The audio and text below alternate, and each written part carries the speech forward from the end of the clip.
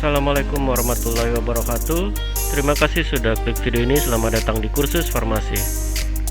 Oke, pada video kali ini kita akan mendengar pemaparan dari Bu Rista Prima Harina Astiti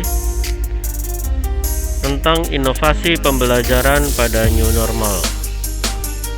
Jangan lupa support terus channel ini dengan cara klik tombol subscribe-nya, like video ini, dan share. Oke, selamat menyaksikan. Ibu Bapak, pada siang hari ini saya mendapatkan tugas seperti tadi yang telah disampaikan oleh Prof. Junaidi, yaitu tentang inovasi pembelajaran pada new normal. Tentu sebetulnya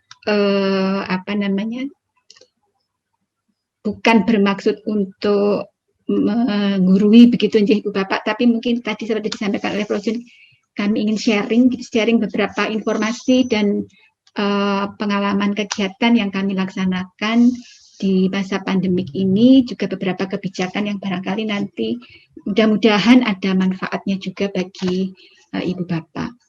Saya izin share screen ini, bisa share screen ya Bu Anila ya? Sakit Ibu, bisa Bu. Baik. Ya, mudah-mudahan sudah bisa dilihat ya Bapak. Baik, sampun terlihat.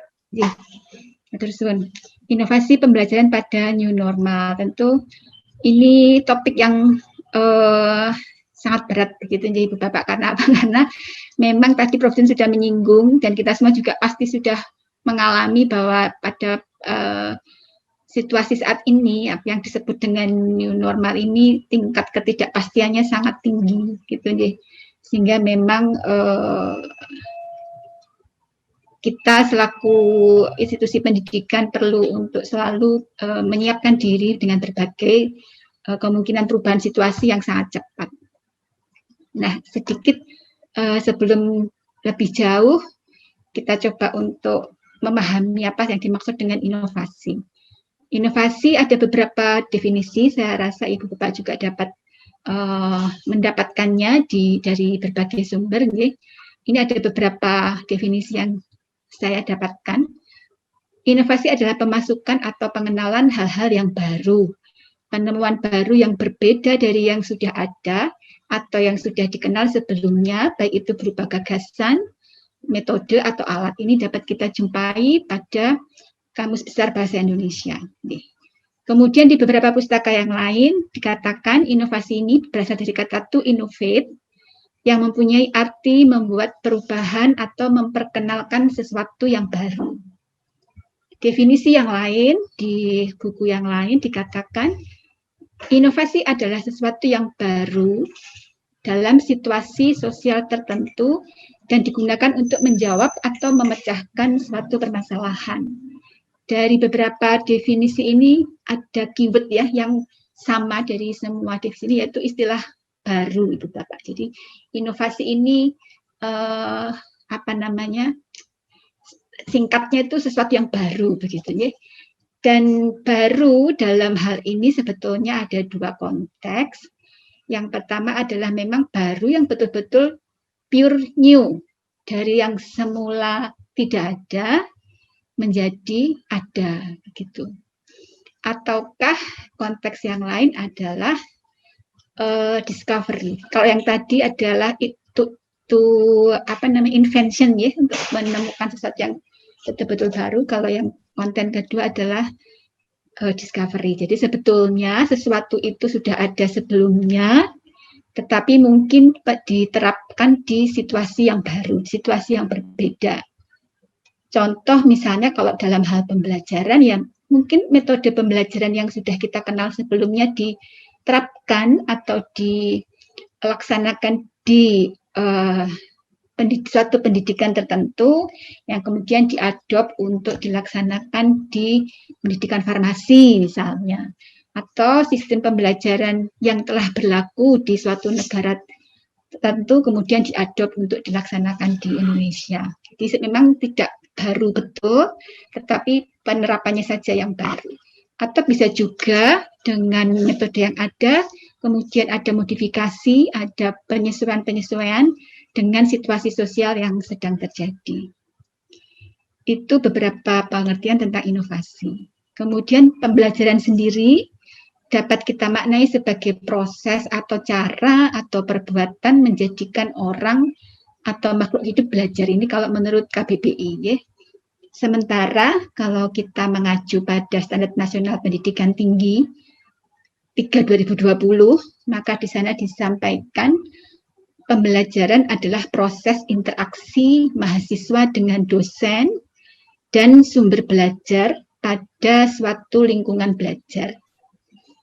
Jadi ada mahasiswa, ada dosen, mahasiswa sebagai pembelajar, dosen sebagai pengajar, gitu ya. Kemudian ada sumber belajar dan suatu lingkungan belajar yang tentu terkait dengan sarana prasarana.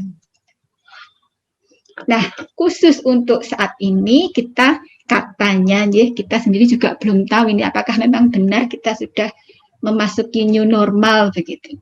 Nah, dari beberapa kajian, new normal ini dikatakan sebagai suatu perubahan perilaku untuk tetap menjalankan aktivitas secara normal, namun ditambah dengan menerapkan protokol kesehatan guna mencegah terjadinya penularan COVID-19. Jadi memang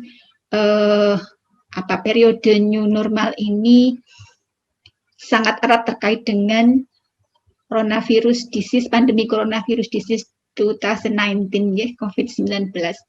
Sehingga dalam hal ini mungkin nanti paparan saya akan lebih fokus pada inovasi pembelajaran yang memang dilaksanakan pada situasi pandemi. Jadi suatu upaya baru dalam proses pembelajaran di masa pandemi COVID-19 dengan menggunakan berbagai metode, pendekatan, sarana, dan suasana yang mendukung untuk tercapainya tujuan pembelajaran. Nah, saya rasa Ibu Bapak semua tentu sudah sangat paham bahwa saat ini kita sebetulnya berada pada era industri 4.0, di mana ada kebutuhan literasi-literasi baru yang mau tidak mau ini juga berdampak pada sistem pendidikan. Sehingga pendidikan kita pun harus dapat memenuhi kebutuhan dari dunia kerja. Beberapa dari yang telah ditetapkan ini juga ada di buku panduan penyusunan kurikulum Kemendikbud, bahwa untuk kebutuhan industri 4.0 ini ada 3 literasi baru yang diperlukan, yaitu literasi data, bagaimana mampu untuk membaca, kemudian menganalisis, dan menggunakan informasi yang ada pada dunia maya secara virtual, atau yang seringkali kita kenal dengan istilah big data. Kemudian juga ada literasi teknologi, bagaimana kita memahami penguasaan terhadap teknologi, aplikasi teknologi. Kemudian ada lagi literasi, human literasi, yaitu humanities, communication, dan design. Nah, sehingga kemudian pada sistem pendidikan ini juga harus tercermin, dan ini saat ini kita dapat melihat betapa pemanfaatan teknologi digital, open source content, dan global classroom ini banyak sekali diterapkan gitu ya di dalam proses pembelajaran, dan tujuannya tentu untuk peningkatan kualitas pembelajaran, untuk long life learning, untuk flexible education system, dan personalized learning. Ya, jadi ini adalah karakteristik dari education 4.0.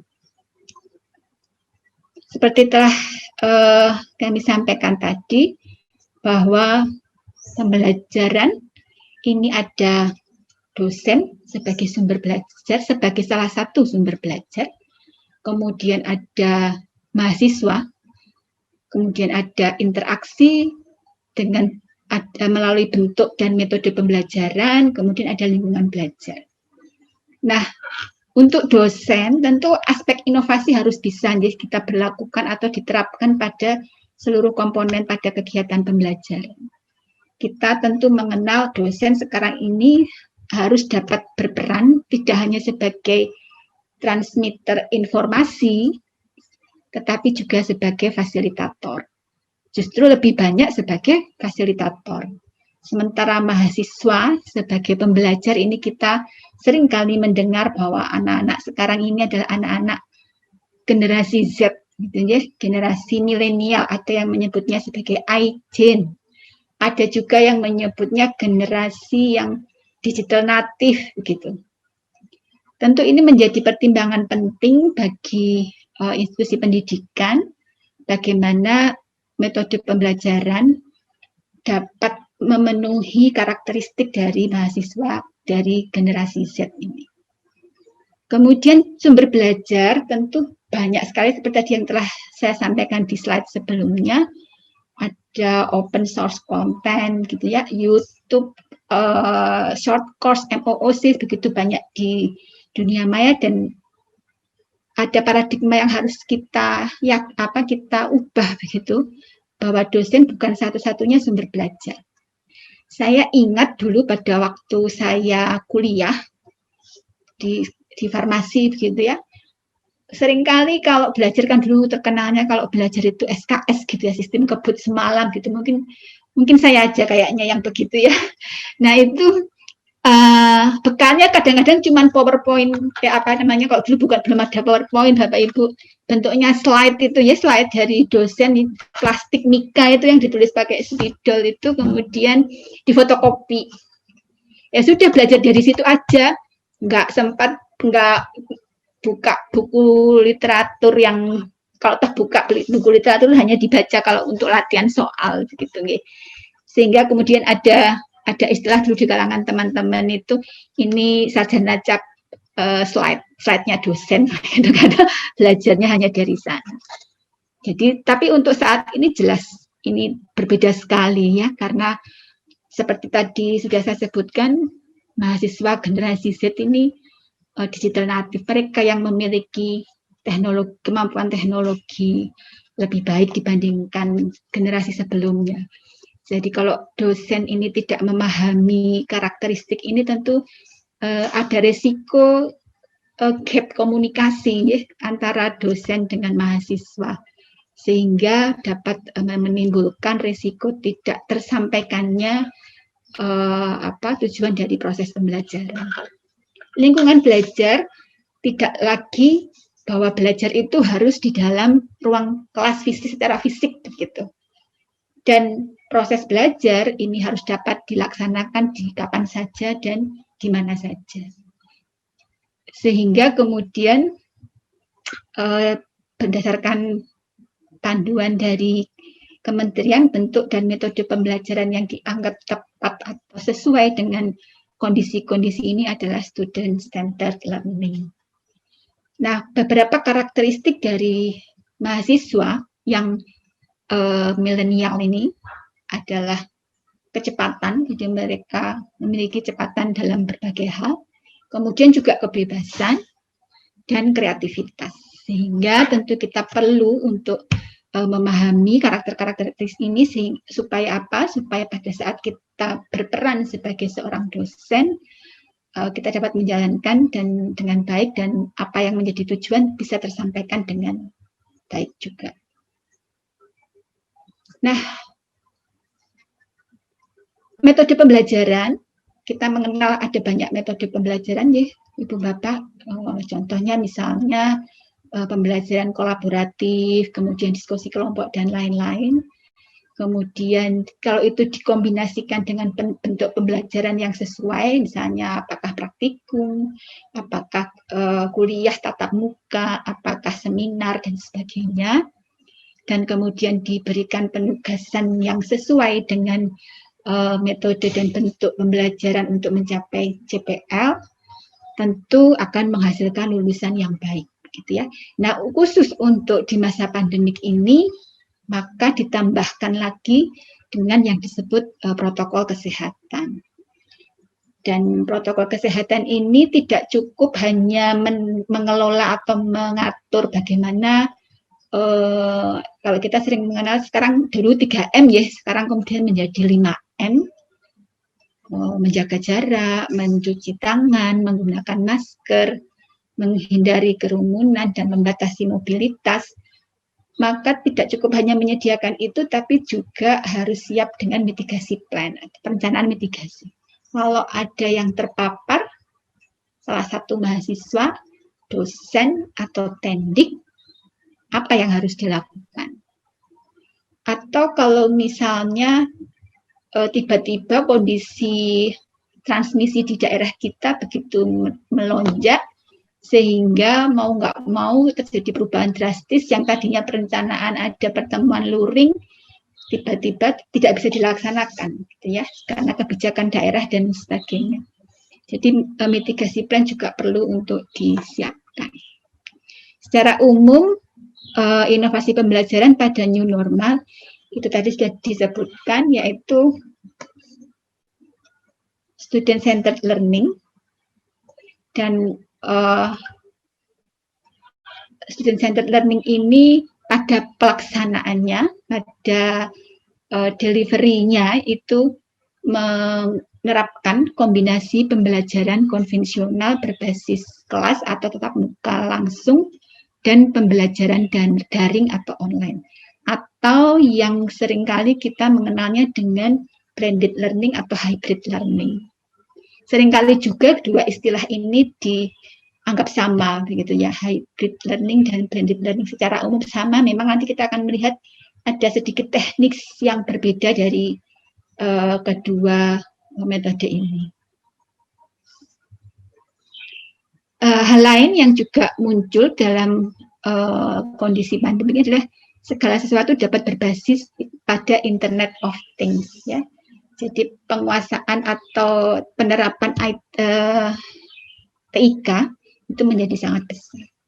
Sehingga kemudian sejak 1,5 tahun yang lalu, saya kira sejak awalnya pandemik ini, bulan Februari Maret 2020, itu penggunaan e-learning menjadi sangat masif di dunia pendidikan. Dan sebetulnya e-learning ini mungkin juga bukan suatu jawaban ya, karena kita seringkali mendengar ada juga kelemahan-kelemahan dari kegiatan e-learning, misalnya dalam proses evaluasinya, bagaimana memastikan validitas dari proses evaluasi tidak berbeda dengan evaluasi yang dilaksanakan secara luring atau secara konvensional ya, bertatap muka. Nanti besok barangkali materi tentang asesmen ya, akan dikupas lebih tuntas.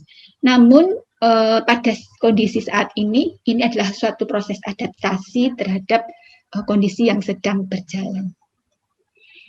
Apapun, maka inovasi pembelajaran itu selalu saja ditujukan untuk tujuan perbaikan kualitas dan doing what's best for all students. Ya, jadi memang tidak boleh hanya untuk sebagian mahasiswa, tapi memang untuk keseluruhan. Kami punya pengalaman juga, Ibu Bapak, saya kira Ibu Bapak juga mengalami mungkin dengan e-learning ini. Mahasiswa tinggal di kotanya masing-masing ya, tersebar di seluruh pelosok di Indonesia. Begitu kami selama ini Bapak Ibu dosen suka juga bercerita kadang-kadang, saya lihat anak-anak ini kuliah kok seperti di negeri di atas awan begitu. Jadi di sekitarnya biru langit, ternyata setelah ditanya dia kuliahnya di atas atap Ibu Bapak karena untuk mendapatkan sinyal handphone atau sinyal internet yang bagus begitu. Jadi seperti itu. Nah, beberapa waktu yang lalu ada juga mahasiswa kami yang tinggal di Papua, kemudian pada awalnya tidak ada masalah, semua baik-baik saja, dia bisa mengikuti kegiatan e-learning dengan baik, namun kemudian terganggu karena apa? Karena provider internet di kotanya mengalami gangguan, dan tidak ada provider internet yang lain yang dapat bekerja sebaik yang satu ini begitu, dan itu rusaknya atau terganggunya cukup lama. Nah, tentu ini kita juga tidak bisa membiarkan ya, karena anaknya bersemangat untuk belajar, punya motivasi tinggi, tapi terkendala oleh sarana prasarana. Nah, ini kemudian perlu dilakukan tindak bantuan begitu yang sifatnya memang personalized. Baik, saya lanjutkan. Nah, dalam ketentuan Kementerian Riset Teknologi dan Pendidikan Tinggi 2019 telah diatur apa yang dimaksud dengan e-learning dan apa itu blended learning. E-learning didefinisikan sebagai pengalaman belajar yang fleksibel yang memanfaatkan teknologi informasi dan komunikasi atau TIK dan dapat diakses kapan saja, di mana saja, oleh siapa saja. Namun demikian, untuk menjamin bahwa kualitas dari kegiatan pembelajaran ini tidak berbeda dengan yang tatap muka di kelas, ya tentu proses e-learning ini harus memenuhi 3 aspek, yaitu delivery, jadi ada proses delivery materi dari pembelajaran, kemudian ada interaction, ada keterlibatan mahasiswa terhadap proses teaching learning, ada interaksi, ya kadang-kadang kita kalau membuka Zoom, kemudian mahasiswa tidak semuanya bersedia menyalakan kamera misalnya begitu. Nah, itu tentu akan sulit untuk bisa melihat keterlibatan atau engagement dari peserta terhadap proses yang sedang kita laksanakan. Dan yang terakhir harus juga ada aspek assessment. Nah, semuanya ini membutuhkan teknologi informasi dan komunikasi atau TIK. Spektrum pembelajaran berbasis TIK ini ada banyak, Ibu Bapak. Saya kira Bapak juga sudah mengenal dan mungkin juga sudah berpraktek langsung ya di institusi masing-masing. Ada blended hybrid learning, ada e-learning, ada open and distance learning, dan seterusnya. Ada juga massive open online courses atau MOOCs. MOOCs ini juga banyak sekali kita dapatkan secara gratis begitu di dunia internet yang bisa diakses oleh mahasiswa kita. Nah, mungkin kita akan lebih berfokus pada proses e-learning. Pemanfaatan TIK dalam pembelajaran dapat dikategorikan dalam beberapa kegiatan dan beberapa klaster begitu. Kalau dikatakan proporsi pembelajarannya 0%, maka ini kita menyampaikan bentuk pembelajarannya adalah tatap muka. Yang mana perkuliahannya ini sama sekali tidak menggunakan teknologi online. Semuanya disampaikan secara tertulis ataupun oral, berupa diktat, berupa kuliah tatap muka, dan seterusnya. Jika proporsi pembelajaran daring ini ada di 1-29%, maka dikenal istilah web enhanced atau terfasilitasi jaringan. Jadi sudah mulai ada penggunaan TIK, tapi mungkin menggunakan fasilitas web page atau barangkali email gitu ya, untuk meletakkan materi pembelajaran dan tugas-tugas. Kemudian jika proporsi pembelajaran daring berkisar 30-79%, inilah yang seringkali kita sebut dengan istilah blended learning atau bauran, metode pembelajaran bauran. Bisa blended, bisa hybrid ya. Jadi, dan ini tidak cukup menggunakan web page, biasanya selalu disupport dengan Learning Management System atau LMS.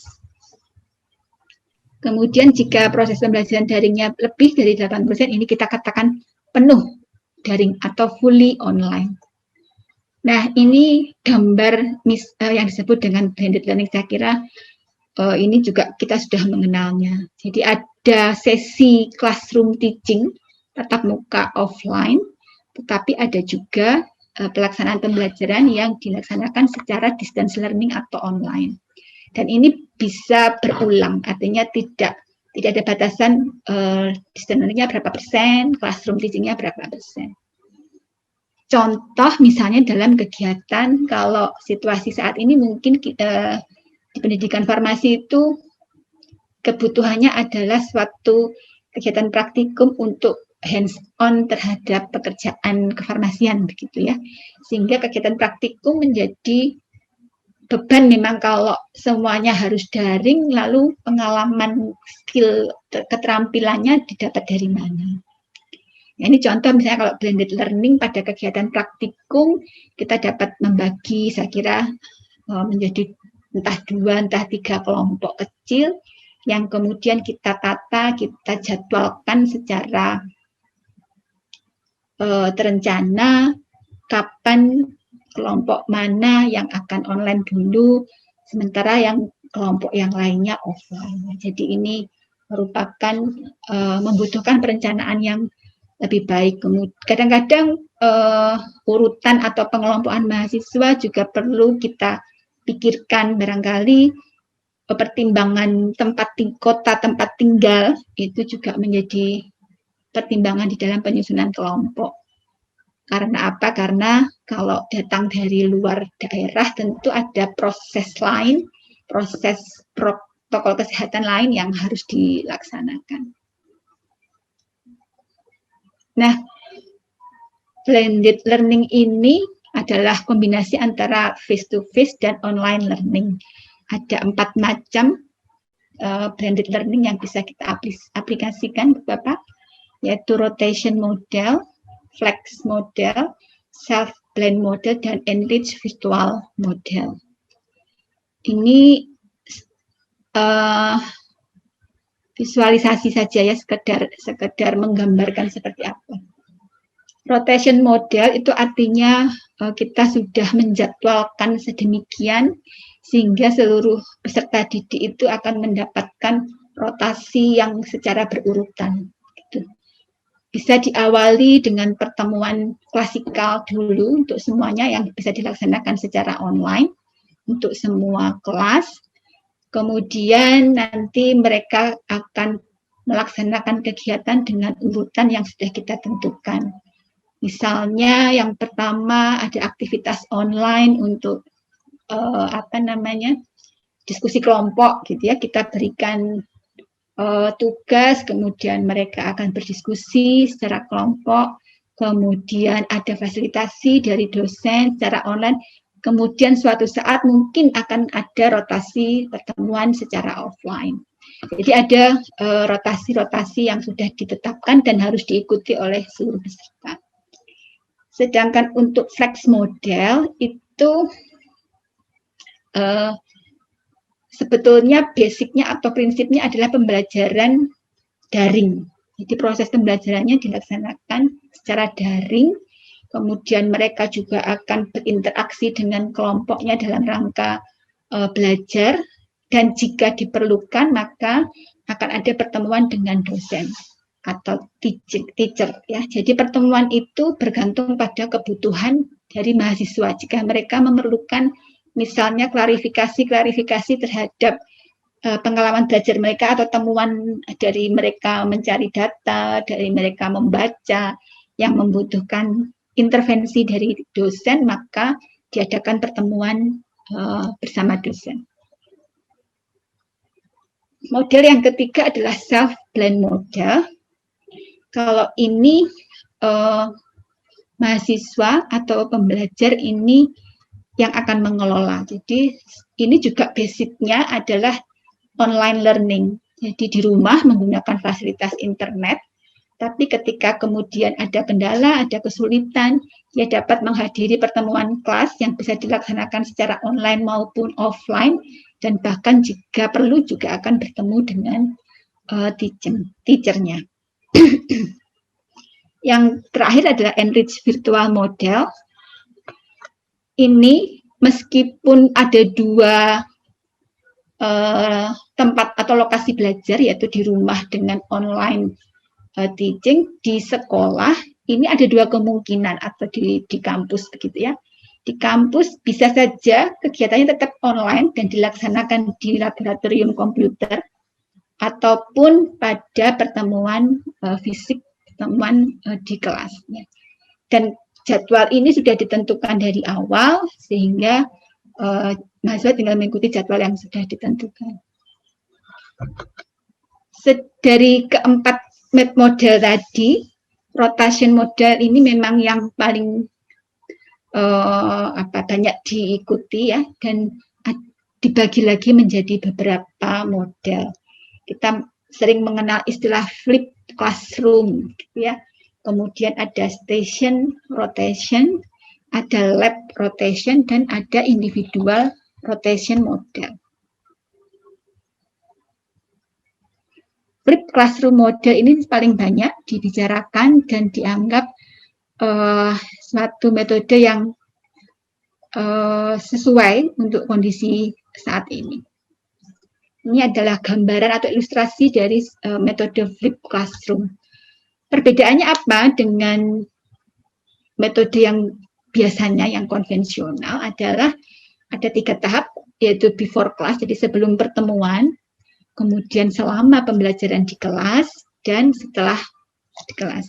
Pada saat sebelum pertemuan ini, kalau di metode yang konvensional atau klasikal ini, mahasiswa akan belajar membaca apa yang sudah didapat minggu lalu misalnya, seperti itu. Jadi sudah dibaca yang kemarin diberikan oleh guru, dibaca ulang, nah besok dia siap dengan metode baru, dengan materi baru. Kemudian di dalam kelas dia akan mendapatkan materi baru dari dosen, dan kemudian pulang ke rumah mengerjakan tugas, membuat PR, dan seterusnya. Sementara kalau pada flip classroom ini dibalik proses metodenya. Jadi sebelum kelas dimulai mereka sudah menerima modul, sudah menerima materi, sudah menerima penugasan, dan sebagainya. Sehingga mereka berkesempatan untuk mempelajari, berkesempatan untuk membaca, kemudian melakukan penulisan pustaka misalnya, atau mencari data, dan seterusnya. Dan ketika sampai pada jadwal pertemuan di kelas, maka yang dilakukan adalah suatu diskusi, penyelesaian permasalahan yang diutarakan oleh mahasiswa. Ini perlu mendapatkan konfirmasi ataupun bantuan dari dosen, dan seterusnya. Kemudian setelah kelas, mereka akan dapat berdiskusi lagi dengan kelompoknya atau mencari lanjutan ya dari feedback yang diberikan oleh ibu bapak dosen. Jadi di flip classroom ini aktivitas atau keterlibatan peserta pada proses pembelajaran ini diharapkan akan lebih baik. Nah, di kementerian sendiri memang ada arahan bahwa pada saat online learning dan blended learning itu metode flip classroom inilah yang akan digunakan. Yang kedua dari contoh rotation model adalah station rotation chart. Jadi peserta dibagi menjadi beberapa kelompok, kemudian masing-masing kelompok tentu ada pembimbingnya, ada fasilitatornya, kemudian mereka masing-masing kelompok akan diberikan aktivitas yang berbeda di setiap periode waktu, dan kemudian nanti berputar ya. Ditukar kegiatannya. Ini sering kali kita juga bisa laksanakan ketika ibu bapak menerapkan metode pembelajaran problem based learning misalnya. Mulai dari kegiatan online dulu diberi pemicu dan sebagainya, kemudian nanti ada sesi mereka akan berdiskusi sesama anggota kelompok, kemudian ada sesi pertemuan dengan kelompok yang lebih besar di bawah bimbingan Bapak Ibu dosen, dan seterusnya. Kemudian nanti bertukar. Jadi ini adalah metode station rotation chart.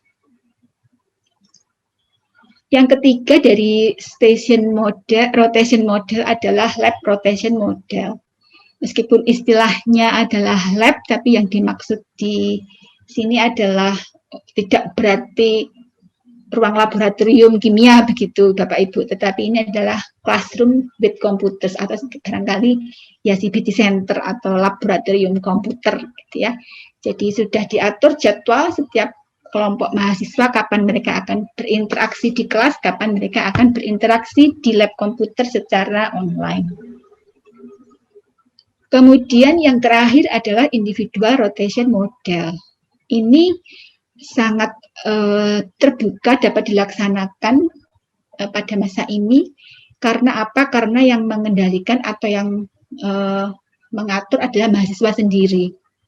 Gitu. Jadi pada proses pembelajaran, mereka mendapatkan materi dari dosen, nah mereka bisa melaksanakan tambahan pengetahuan melalui kegiatan-kegiatan online di luar bersama dengan dosennya. Jadi misalnya mengikuti short course, buka YouTube gitu ya, atau MOOC yang dilaksanakan oleh berbagai institusi lain untuk meningkatkan pemahaman materi yang diberikan oleh dosen. Nah, tadi saya sampaikan bahwa meskipun keduanya ini merupakan metode kombinasi dari online dan offline, maka kalau tadi blended learning itu ada giliran gitu ya, ada sesi di mana sebagian berjalan secara online mahasiswanya, sebagian lagi secara offline. Tapi kalau hybrid learning dan kalau di blended learning bisa saja sinkronus ataupun asinkronus, tapi pada hybrid learning ini sinkronus ya, terjadi pada waktu yang bersamaan, tetapi peserta atau mahasiswa ini bisa ada yang di dalam classroom bersama dosen secara offline, tetapi sebagian lagi mengikuti dari rumah secara online. Jadi offline dan online ini berjalan pada waktu yang bersamaan. Sayangnya gambar yang sebelah kanan ini tidak ada mahasiswanya ya Ibu Bapak, harusnya meja-meja ini tidak kosong ya. Jadi ada yang sebagian dari rumahnya begitu ikut kuliah, dosennya di dalam kelas, dan tentu ada mahasiswanya yang juga hadir di dalam kelas. Itu sedikit perbedaan antara blended dan hybrid learning.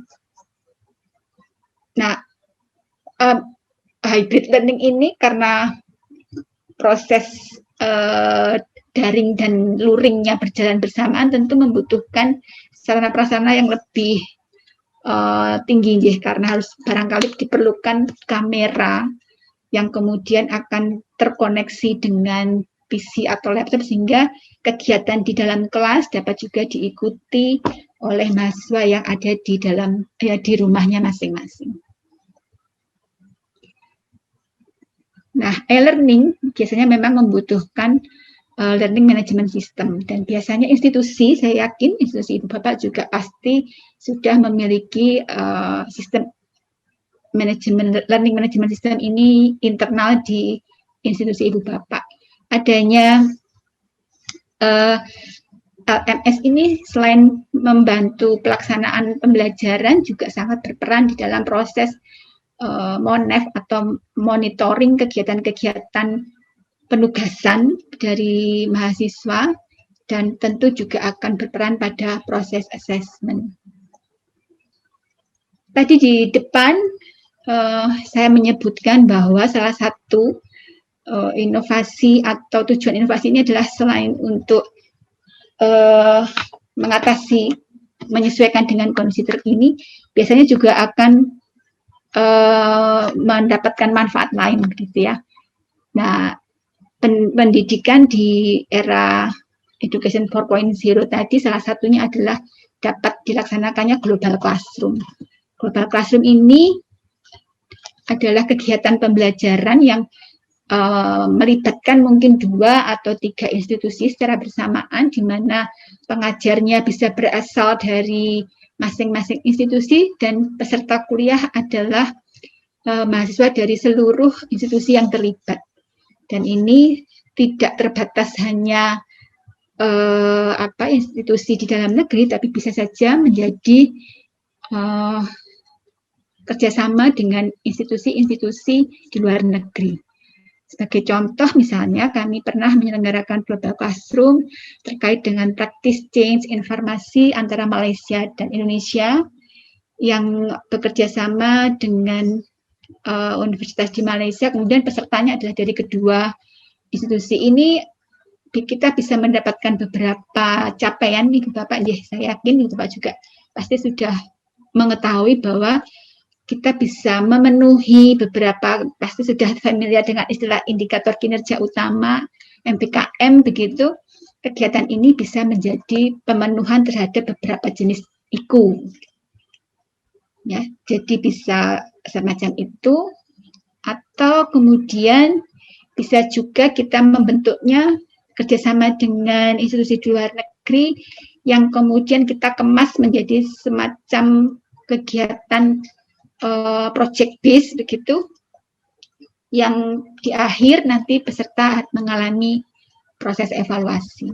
Misalnya seperti ini juga ada salah satu kegiatan di departemen di Fakultas Farmasi Universitas Erlangga yang bekerjasama dengan Universitas Nariswan University, kemudian ada sekian 7 tatap muka, kemudian diawali dengan penyampaian materi, kemudian di akhir peserta diminta untuk membuat suatu proyek misalnya, dan di akhir ada rewarding dari hasil pekerjaan mereka. Hal yang lain adalah yang bisa kita kembangkan juga dengan kondisi tadi metode pembelajaran yang sudah kita pelajari, project based learning. Project based learning ini adalah proses learning through the design, development, and completion of project. Jadi berdasarkan project. Nah, project-nya tentu tidak hanya sekedar mengerjakan misalnya tugas saja begitu, tapi tentu ada kriteria-kriteria project seperti apa yang dilakukan. Nah, biasanya akan diawali dengan adanya pertanyaan terbuka, karena salah satu ciri project based learning ini adalah tidak ada jawaban benar atau salah nih Bapak, tapi selalu di permasalahan yang diangkat itu diawali dari open-ended question. Jadi pertanyaan-pertanyaan terbuka di mana jawaban itu nanti akan bisa bervariasi dan berbeda antar peserta. Dan tahapan-tahapan ini bisa diikuti mulai dari menentukan pertanyaannya, kemudian merencanakan pembelajarannya, kemudian scheduling, lalu monitor, kemudian melakukan proses assessment dan mengevaluasi proses pembelajaran. Keseluruhan proses ini bisa saja dilaksanakan menggunakan metode e-learning. Contoh misalnya pada project based learning, suatu praktikum di mana CPMK-nya adalah mahasiswa mampu mengidentifikasi kebutuhan kesehatan dari aspek kefarmasian yang ada di masyarakat. Kemudian mahasiswa mampu menyusun promosi kesehatan sebagai upaya penyelesaiannya, maka kita dapat memberikan 2 macam proyek. Proyek yang pertama diawali dengan pertanyaan, apa kebutuhan kesehatan yang ada di masyarakat? Ini akan menginisiasi atau men-challenge mahasiswa untuk bertanya. Dia mengajukan pertanyaan, dia mencari data, dia menyusun perencanaan, dan pada akhirnya akan melaksanakan proyek dengan pemantauan dari dosen. Bisa juga kita melibatkan muatan pengabdian masyarakat pada proses pembelajaran. Misalnya dengan, ini sebagai contoh saja ya, ada pelatihan yang diberikan secara online dalam beberapa kali tatap muka, yang kemudian nanti pada peserta akan diberikan tugas untuk membuat video misalnya, kemudian memberikan pelatihan kepada sekelompok masyarakat di daerahnya masing-masing, dan kemudian nanti mereka melaporkan hasil dari kegiatan pengabdiannya. Nah, ini juga strategis Ibu Bapak, karena Ibu Bapak akan dapat melaksanakan beberapa tujuan selain penerapan NPKM, karena pesertanya tentu terbuka, kemudian di akhir mereka bisa mendapatkan sertifikat dengan transkrip. Kita dapat memenuhi indikator kinerja utama kedua, kelima, 6, 7. Apa aja itu Bu? Saya yakin Ibu Bapak sudah perso juga ya, karena IKU ini menjadi hal yang penting saat ini. Dan bisa pula kita akan mendapatkan capaian pada student mobility yang dikemas melalui kegiatan summer program atau pengakuan beban ke dalam mata kuliah KKN. Ya, itu beberapa hal yang bisa kita improve dari kegiatan-kegiatan e-learning atau pembelajaran daring yang melibatkan beberapa aspek.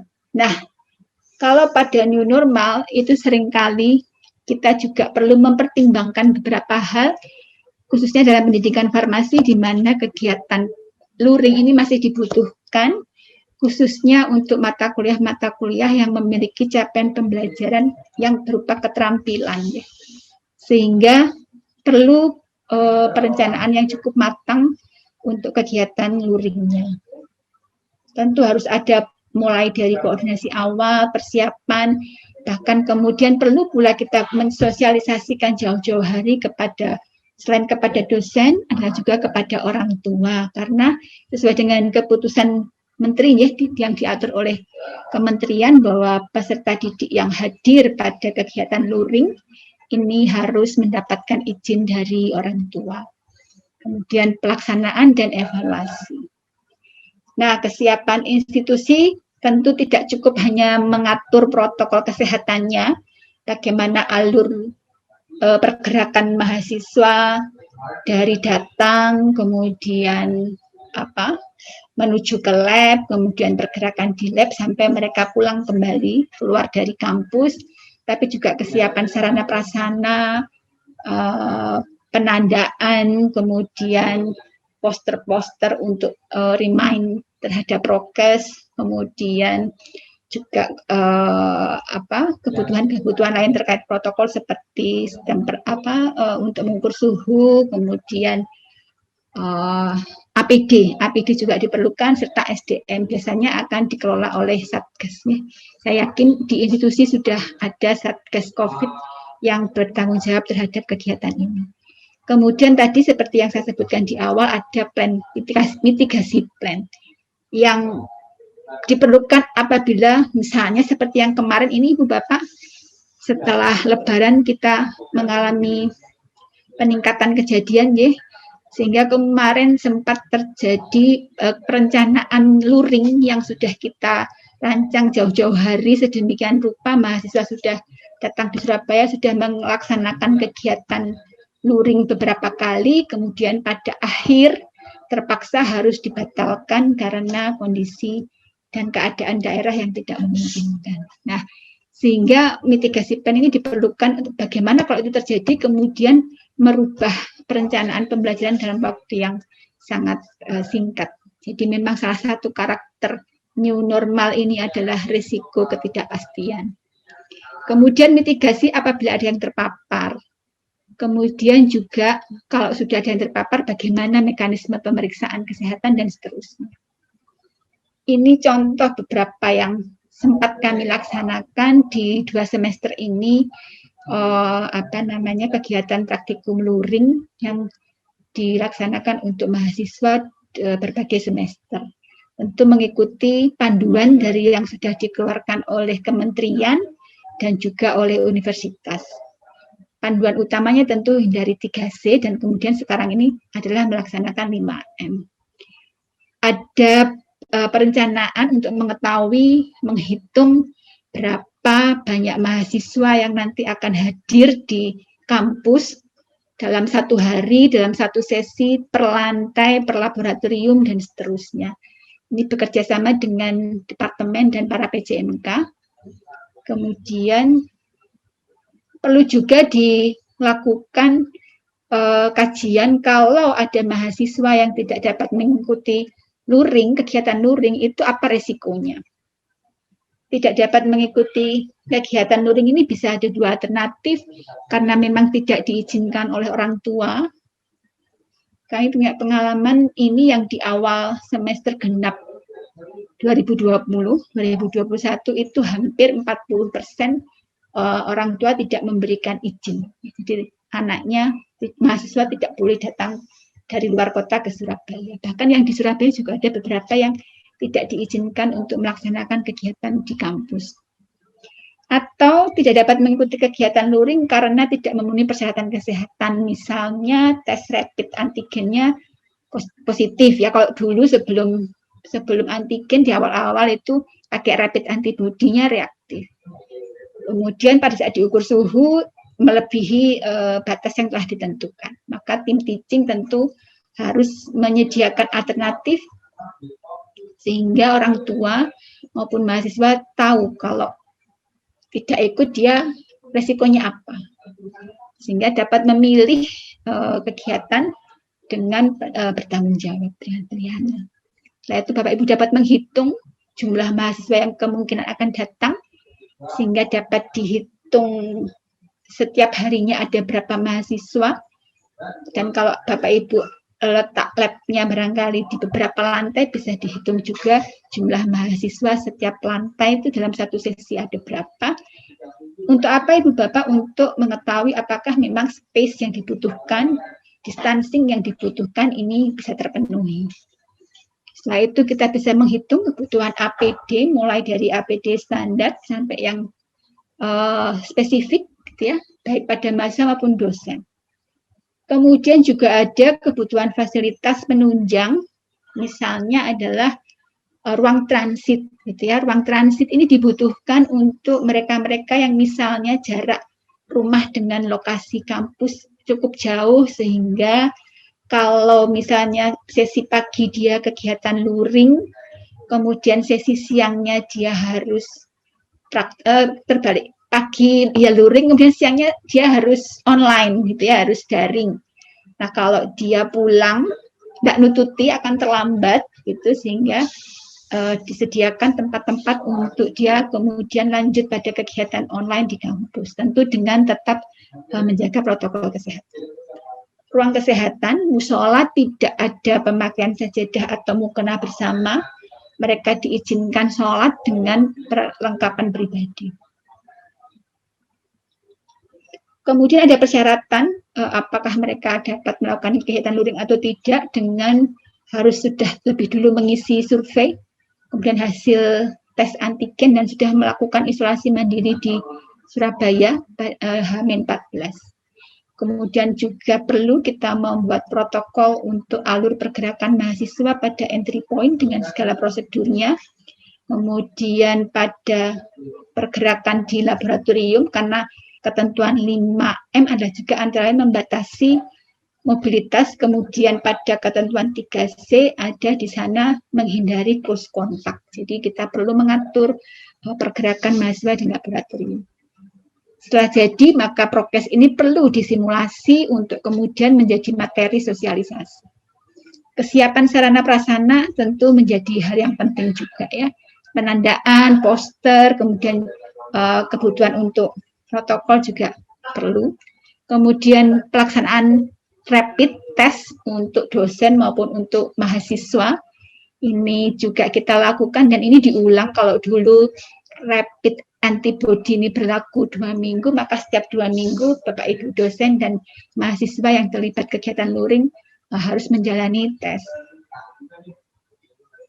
Kemudian juga sudah harus ada pengelolaan tempat parkir misalnya, supaya tidak kemudian berkumpul terlalu dekat, dan protokol prosedur yang lazimnya mencuci tangan, mengukur suhu badan, kemudian bagaimana menjaga jarak untuk dapat masuk ke lab, kemudian di dalam lab sendiri bagaimana memastikan mereka tetap disiplin pada protokol kesehatan. Saya kira itu Ibu Bapak yang bisa saya sampaikan. Nanti kita akan lebih banyak berdiskusi. Izinkan saya menyampaikan satu kalimat bagus menurut saya, di mana education is not prepare for life, education is life itself. Jadi memberikan pengalaman belajar bagi mahasiswa agar mereka dapat menentukan sendiri, menyimpulkan sendiri pengetahuannya. Ini akan sangat bermanfaat bagi mereka untuk berperan nanti dalam kehidupan di dalam masyarakat. Sekian dari saya. Assalamualaikum warahmatullahi wabarakatuh.